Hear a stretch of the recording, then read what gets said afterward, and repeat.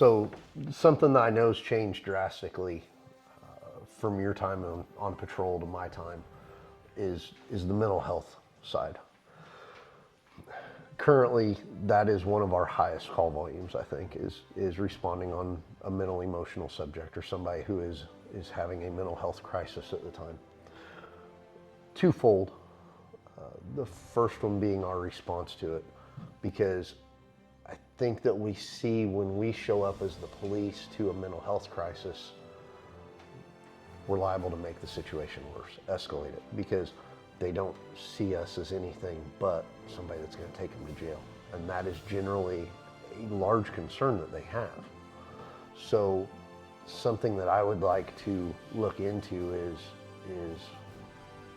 if somebody calls in and they're in the middle of a mental health crisis, it's going to take steps to do it and change the procedure. But I would like to investigate partnering with somebody who they will respond with us, whether it's a veteran that has fallen on tough times from something that they saw while they were serving our country, another first responder. We can call somebody and we can get people to respond with officers out there that allow the officers to do their job of making sure everyone's safe and not having to take the safety hat off and put the psychologist hat on. Right. And try to manage that, but not come across abrasive to somebody. Right. Do you have any feelings on that one? No, I know back in my day, I mean, it was obviously mental health has continued to become more and more of an issue, and we'd go out and respond, and you had to try and figure out the best you could on what was going on, with very limited training in that part of it, right? I mean, Right. when you're at when I was back at the law enforcement academy, I mean, they didn't go that deep into mental health stuff, and so you just had to do the best you could do, and sometimes that meant you had to physically restrain somebody to take them to a mental health facility or hospital, and that all I know I saw the number of calls of emergency detentions or immediate detentions were constantly on the rise, and I'm sure since my time, the numbers have probably still continued to climb.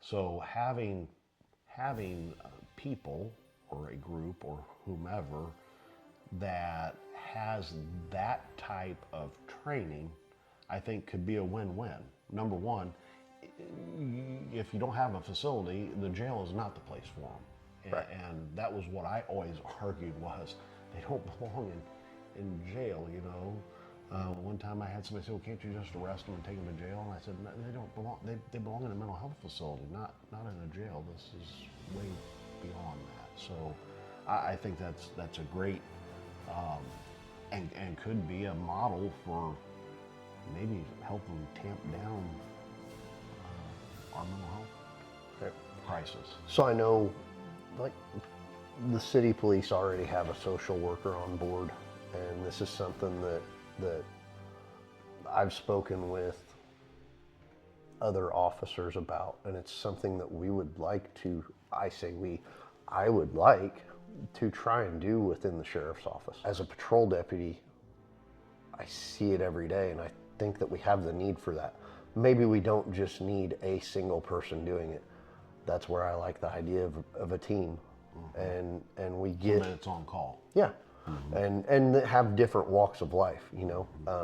I personally, I'm not a veteran, so when I have to respond on a call that involves a veteran who's going through things that they saw during a time of war, which is unfortunately we've been in a 20+ year war, we're seeing that a lot. And I can't relate to that veteran. I can relate from things that I've seen as a police officer, but ultimately that's not a war zone. I haven't seen the things they have seen.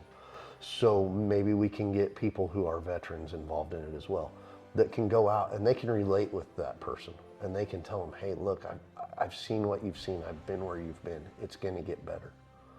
And that lends more credibility to it than somebody like me coming in and telling them.